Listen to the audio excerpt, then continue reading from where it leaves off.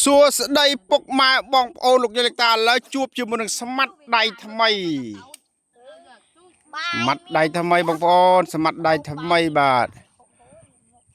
គប់ឡើងមកសន្ទុះធំហើយ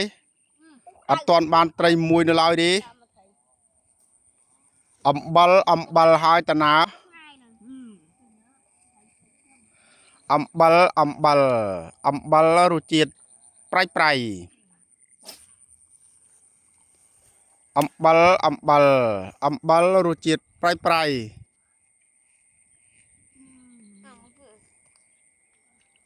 វាត់មកហើយមកកំវាត់មក